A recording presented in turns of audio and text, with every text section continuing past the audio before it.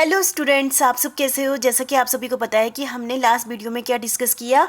Open cheque, uncross cheque. कौन सा check होता है? ओपन चेक के वो होता है जिसमें कस्टमर बैंक के पास जाता है, बैंक के सामने अपना चेक रखता है, बैंक क्या करता है उसको काउंटर पर पेमेंट कर देता है। तो उस टाइप के चेक को हम क्या कहते हैं? ओपन चेक, अनक्रॉस चेक कहते हैं। और क्रॉस चेक कैसे कहते हैं? जिस चेक के ऊपर दो पैरेलल लाइनें लगी होती हैं। वैसे तो मैक्सिमम लेफ्ट हैंड साइड दो पैरेलल लाइनें लगी होती हैं, लेकिन वो कहीं भी लगा सकते हैं, ठीक है। जिसके ऊपर दो लाइनें लगी होती है तो उसको हम क्या कहते हैं? Cross check. उसका मतलब क्या है कि जो भी कस्टमर जाएगा बैंक के पास और वो अपना चेक रखेगा तो बैंक उसको पेमेंट हाथ में नहीं करती, काउंटर पर नहीं करती, बल्कि उसके अकाउंट में पैसे डालती हैं। तो इस टाइप के चेक इसकी सेफ्टी रहती है कि ताकि गलत हाथों में चेक ना चल जाए, गलत हाथ में वो पैसा कैश ना हो जाए, ठीक है। तो इस टाइप के चेक को क्या कहते हैं? क्रॉसिंग चेक कहते हैं। तो मैं आज आपके साथ यही डिस्कस करूंगी, kinds and mode of crossing. कितने टाइप की क्रॉसिंग होती है। सेक्शन 133 से लेकर 131A तक है इसके सेक्शन। अपने सेक्शन बहुत अच्छे ढंग से तैयार करने हैं, तो विदाउट सेक्शन तो इसकी कोई वैल्यू ही नहीं है, ठीक है। तो मैं आपको बता दूं एडवांस में ही हमारे पास 4 टॉपिक है इसके अंदर, ठीक है, जो मैं आपके साथ डिस्कस करूंगी। बहुत ही सिंपल है, आपने सेक्शन भी ध्यान रखने हैं और बहुत ही ध्यान से सुनना है। बस सुन लोगे तो आ गया आपको, ठीक है। तो सबसे पहले हमारा आ जाता है जनरल क्रॉसिंग। जनरल क्रॉसिंग क्या होती है? जैसे कि आप सभी को पता है कि हमारे पास चेक होता है, चेक के ऊपर दो पैरेलल लाइनें लगी, तो मतलब वो क्या होगी? जनरल क्रॉसिंग होगी।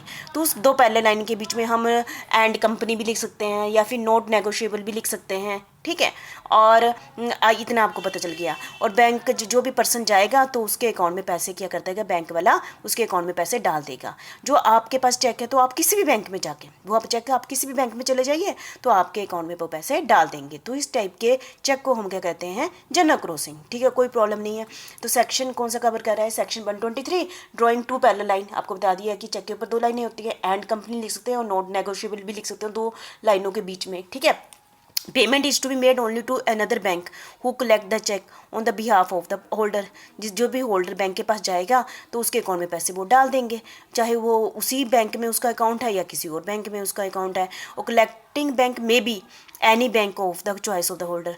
होल्डर का अपना चेक किसी भी बैंक में चल जा सकता है जो हम पर उसकी चॉइस है। ये वाली बड़ी ध्यान में रखना, क्योंकि जो मैं आपको नेक्स्ट टॉपिक कराने जा रही हूँ ना, स्पेशल क्रॉसिंग, बस उसमें एक ही फ़र्क है। जो जनरल क्रॉसिंग के सारे पॉइंट स्पेशल क्रॉसिंग में है, उसमें एक लाइन एक्स्ट्रा ऐड कर देंगे तो वो क्या बन जाता है? स्पेशल क्रॉसिंग बन जाता है। तो आपने सीख लिया जनरल क्रॉसिंग कौन से सेक्शन के अंडर है? सेक्शन 123 के अंदर है। नेक्स्ट हमारा क्या है? Special crossing. स्पेशल क्रॉसिंग कौन से सेक्शन के अंडर है? सेक्शन 124। जैसा कि आप सभी देख रहे हैं, बस यही फ़र्क है। इसमें भी नॉट नेगोशिएबल लिख सकते हैं, इसमें भी अकाउंट पे ही लिख सकते हैं, इसमें एंड कंपनी लिख सकते हैं ऊपर, है ना। पर इसमें एक चीज़ एक्स्ट्रा है, इसमें बैंक का नाम लिखा होता है। जैसे कि मैंने उसमें लास्ट लाइन बोली थी ना, होल्डर अपना चेक किसी भी बैंक में जाए और अपने अकाउंट में पैसे डलवा ले। इसमें ऐसा नहीं होगा। इसमें जो दो पैरेलल लाइनें लगी होती है ना, उसके बीच में एक बैंक का नाम लिखा होता है। जैसे वो पंजाब नेशनल बैंक भी हो सकता है, स्टेट बैंक ऑफ इंडिया भी होगा। जो भी बैंक का नाम लिखा होगा उसी बैंक में आप चेक लेकर जाएंगे, वही आपके अकाउंट में पैसा डलवाएगा, ठीक है। बस यही फर्क है। बाकी general crossing same to same है। जनरल क्रॉसिंग में बैंक का नाम नहीं लिखा होता दो लाइनों के बीच में, स्पेशल क्रॉसिंग में बैंक का नाम लिखा होता है। बस यही है, समझ गए आप? ठीक है, बहुत ही सिंपल है। ये सेक्शन 124 में है, ठीक है। Where a cheque bear across its face an addition the name of the bank, मतलब किसका नाम लिखा होता है? Bank, either with or without the word. इसमें भी ऊपर लिख भी सकते हैं नॉट नेगोशिएबल।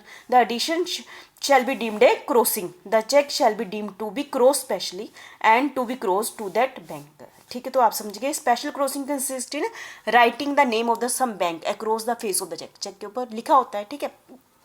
ओनली सिर्फ उसी बैंक के पास जाके हम पैसा कलेक्ट कर सकते हैं। If the holder want the same to be collected by some other bank. यदि मैं यहाँ पर जो बैंक का नाम लिखा हुआ है, जैसे पंजाब नेशनल बैंक का लिखा हुआ है, और मैं चेक लेकर चल जाती हूँ स्टेट बैंक ऑफ इंडिया, तो मुझे वो वहाँ पर पॉसिबल नहीं होगा कि वो इस चेक को मेरे अकाउंट में ट्रांसफ़र करा दे। मुझे उसी बैंक के पास जाना पड़ेगा जो दो लाइनों के बीच में लिखा होगा। तो बस यही फ़र्क है स्पेशल क्रॉसिंग और जनरल क्रॉसिंग में, ठीक है। तो मुझे लगता है समझोगे होंगे, एक ही लाइन का फ़र्क है।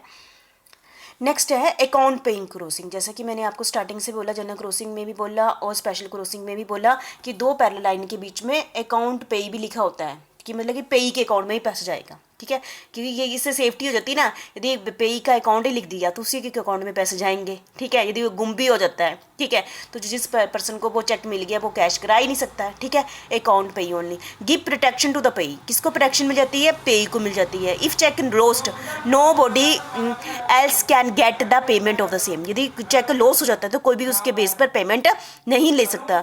No prohibition on the transfer of the cheque, लेकिन इसमें हमें कोई रिस्ट्रिक्शन नहीं है, हम चेक आगे आगे ट्रांसफर नहीं कर सकते। The amount of the cheque can not be collected for any body except the pay, क्योंकि अकाउंट का पेई का ही अकाउंट लिखा हुआ है तो सिर्फ पेई ही पैसे ले सकता है, कोई अदर पर्सन इसके पैसे नहीं ले सकता। ये सेफ साइड हो जाती है पेई की, ठीक है। अकाउंट पेई क्रॉसिंग, ये थर्ड कौन सा हो गया हमारा? अकाउंट पेई क्रॉसिंग, ठीक है। नेक्स्ट हमारा है not negotiable crossing, section 130। Not negotiable का मतलब जैसे कि आप सब तक पता है कि हम आज तक ये बोलते हैं ना नेगोशिएबल नेगोशिएबल नेगोशिएबल। क्या होता है कि जिसके पास चेक आ जाता है वो आगे आगे आगे ट्रांसफर कर देता है, ए बी को कर सकता है, बी सी को कर सकता है, इंडोर्सर इंडोर्सी को करता रहता है। जब नॉट नेगोशिएबल लिख दिया तो आगे वो चेक ट्रांसफर नहीं होगा, ठीक है। उसको उसका मतलब हो गया नॉट नेगोशिएबल क्रॉसिंग, ठीक है। ये कौन से सेक्शन के अंडर आता है? सेक्शन 130। बस यदि देखो मैंने आज तक आपको एक चीज़ बताई है कि holder and holder in due course में, होल्डर इन ड्यू कोर्स में आपको एक बहुत ही इंपॉर्टेंट चीज़ बताई थी मैंने। यदि उसका जो जिसने उसको वो चेक दिया है उसका टाइटल डिफेक्टिव है, पर होल्डर इन ड्यू कोर्स का टाइटल हमेशा ही क्या होगा? गुड होगा, चाहे जिसने उसको दिया है उसका टाइटल क्या है? डिफेक्टेड है। लेकिन इस केस में यदि नॉट नेगोशिएबल लिखा है और यदि इस केस में जो ट्रांसफ़र का टाइटल डिफेक्टिव है तो उसका भी डिफेक्टेड ही होगा, ठीक है। मैं आपको फिर से बता दूँ, the cheque which was previously having the attributes of a negotiable instrument loss the essential quality of the negotiability. जब चेक के ऊपर नॉट नेगोशिएबल लिख दिया है तो आगे वो ट्रांसफ़र नहीं होगा। जब जैसे ही ये वाला लाइन ऊपर लिख दी जाती है, इधर टाइटल, ये तो पुरानी बात मैंने आपको लिखी है क्योंकि हमारे ये कि आगे आगे ट्रांसफ़र होता रहता है। यदि होल्डर का, पुराने लोगों का ट्रांसफ़र का टाइटल गुड नहीं है पर होल्डर इन ड्यू कोर्स का टाइटल गुड हो जाता है। लेकिन इस केस में यदि चेक के केस में यदि ट्रांसफ़र का टाइटल डिफेक्टेड है तो ट्रांसफ़र का टाइटल भी डिफेक्टिव ही होगा। ये cheque goes to wrong hand, यदि किसी के गलत हाथ में चला जाता है तो original holder will not loss his claim, तो मतलब कि क्योंकि अब उसको आगे तो ट्रांसफ़र कर ही नहीं सकते, ठीक है। ओरिजिनल जो होल्डर होगा उसी को पैसे मिलेंगे और बाद वाले बंदों को नहीं मिलेंगे, चाहे होल्डर इन ड्यू कोर्स है, ठीक है। तो मैंने आपको 4 टॉपिक करा दिए, general crossing, special crossing, account पेई, ठीक है, नेगोशिएबल इज नॉट नेगोशिएबल, ठीक है। ये बहुत ही इंपॉर्टेंट है, आपने अच्छे ढंग से कर लेना। Thank you very much.